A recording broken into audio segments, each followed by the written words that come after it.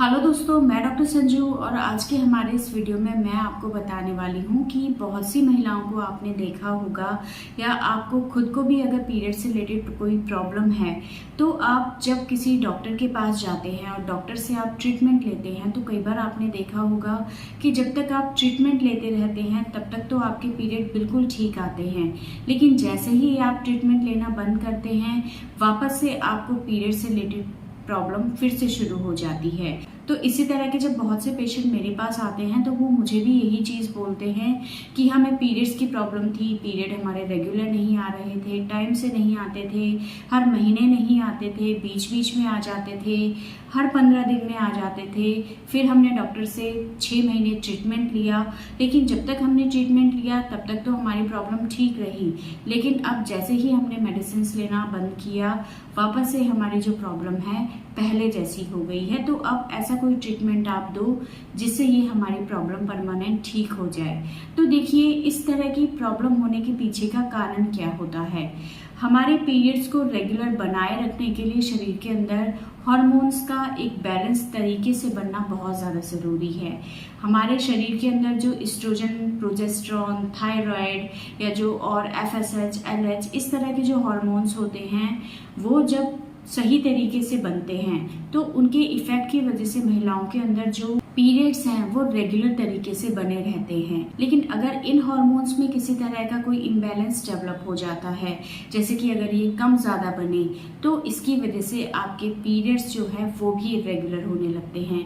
किसी महिला को पीरियड टाइम से नहीं आते हैं या टाइम से पहले आ जाते हैं, या कई महिलाओं को कई दिन चढ़ के पीरियड आते हैं, या बहुत सी महिलाओं को हर 15 दिन में पीरियड आ जाते हैं। तो ये जितनी भी प्रॉब्लम्स हैं इन सब का एक बहुत बड़ा कारण जो होता है वो होता है हार्मोनल इम्बैलेंस। तो जब आप डॉक्टर के पास जाते हैं और डॉक्टर को अपनी ये सारी प्रॉब्लम बताते हैं तो इसके अकॉर्डिंग डॉक्टर आपको मेडिसिन्स देते हैं, और इन मेडिसिन्स के अंदर जो मेन मेडिसिन आपको दी जाती है वो होती है हार्मोनल मेडिसिन्स, जिनको कि हम ओरल कॉन्ट्रासेप्टिव पिल्स भी बोलते हैं, या जो दवाइयाँ दी जाती हैं एक तरह से जो हार्मोन आपके शरीर में इम्बैलेंस चल रहे हैं उन हार्मोन्स को ही दवाई के रूप में डॉक्टर आपको प्रेस्क्राइब करते हैं। तो जब तक आप इन दवाइयों को लेते हैं तब तक तो आपके शरीर में ये जो हार्मोन्स हैं उनका बैलेंस बना रहता है, लेकिन जैसे ही आप दवाइयाँ लेना बंद करते हैं वापस से आप में वो प्रॉब्लम फिर से आ जाती है। अब ये प्रॉब्लम आ क्यों रही है? क्योंकि आप सिर्फ मेडिसिन के ऊपर डिपेंड चल रहे हो। आप खुद से किसी तरह की कोई कोशिश नहीं कर रहे कि आपकी बॉडी खुद से इन हार्मोन्स को सही तरीके से बनाए। तो जब पेशेंट मेरे पास भी आते हैं तो मैं उनको एक ही चीज़ बोलती हूँ कि दवाइयों के ऊपर आपको डिपेंड नहीं रहना है, आपको खुद को भी कोशिश करनी है ताकि आपका शरीर खुद से इन हार्मोन्स को सही तरीके से बनाने लगे, जिससे आपकी ये जो पीरियड्स की प्रॉब्लम है ये परमानेंट ठीक हो जाए। इसलिए जब भी मेरे पास पेशेंट आते हैं तो मैं उनको ट्रीटमेंट के साथ साथ कुछ चीज़ों के लिए एडवाइस हमेशा करती हूँ, जैसे कि आज के टाइम में ये जो हार्मोनल इम्बैलेंस की प्रॉब्लम है ये हमारे गलत खान पान की वजह से होती है, हमारे लाइफस्टाइल डिसऑर्डर की वजह से होती है। इसलिए इस चीज़ को भी आपको चेंज करना बहुत ज़्यादा ज़रूरी है। इसके लिए सबसे पहले आप अपनी डाइट के ऊपर ध्यान दें। डाइट के अंदर आपको वो चीज़ें ज़्यादा से ज़्यादा लेनी हैं जो आपके शरीर के लिए फ़ायदेमंद होती है।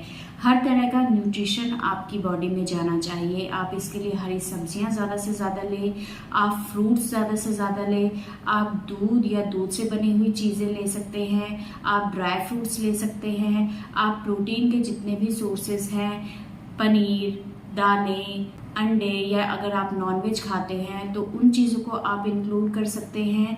फैट अगर आप लेते हैं तो वो हेल्दी फैट होना चाहिए, यानी कि आप 1 चम्मच या 2 चम्मच घी रेगुलर ले सकते हैं। आप ड्राई फ्रूट्स के रूप में हेल्दी फैट्स को कंज्यूम कर सकते हैं। लेकिन जितनी भी बाहर की चीज़ें होती हैं, ऑयल, कुकिंग ऑयल, या जितनी भी बाहर की प्रोसेस चीज़ें होती हैं या कुक्ड फ्राइड चीज़ें होती हैं उनको आपको टोटली अवॉइड करना है, क्योंकि उन सभी के अंदर अनहेल्दी फैट होता है जो कि आपके शरीर को ख़राब करता है। इसके अलावा आपकी डाइट में किसी भी चीज़ की एक्सेस नहीं होनी चाहिए।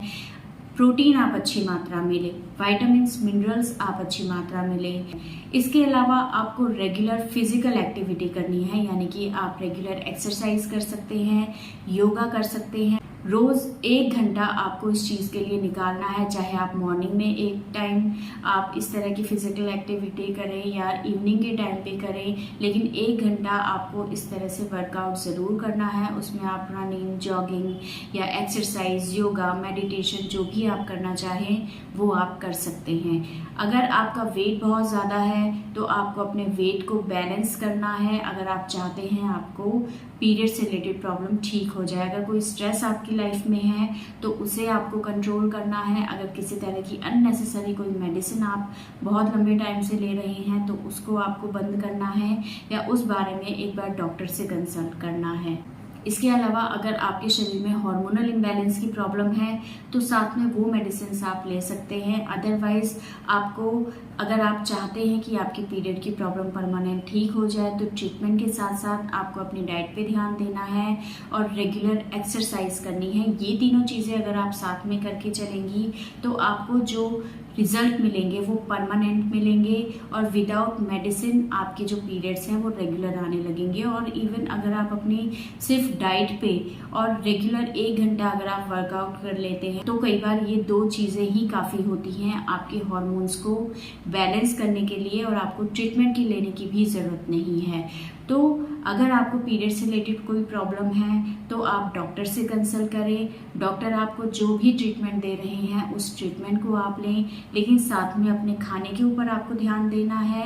हेल्दी डाइट लेनी है, अनहेल्दी डाइट या बाहर की डाइट जो भी आप ले रहे हैं उसको टोटली अवॉइड करना है और रेगुलर 1 घंटा आपको एक्सरसाइज करनी है, अपना वेट बैलेंस करना है। और सिर्फ 1 या 2 महीने करने से आपको रिजल्ट नहीं मिलेंगे। जब आप इन चीज़ों को रेगुलर 3 से 4 महीने करेंगे तो धीरे धीरे आपकी जो प्रॉब्लम है वो खुद से ठीक होने लगेगी। तो इस चीज़ के ऊपर आप ज़रूर ध्यान दें अगर आप चाहते हैं कि आपकी ये प्रॉब्लम परमानेंट ठीक हो जाए, क्योंकि अगर आप मेडिसिन पे डिपेंड रहेंगे तो आपकी ये प्रॉब्लम कभी ठीक नहीं होगी। इसलिए जो भी मैंने चीज़ें बताई हैं उन चीज़ों के ऊपर आप ज़रूर ध्यान दें। इसके अलावा अगर आपके किसी और तरह के कोई सवाल हैं जो आप हमसे पूछना चाहते हैं तो आप हमें कमेंट कर सकते हैं, और हमारे आने वाले वीडियोस को देखने के लिए हमारे इस चैनल को सब्सक्राइब ज़रूर करें।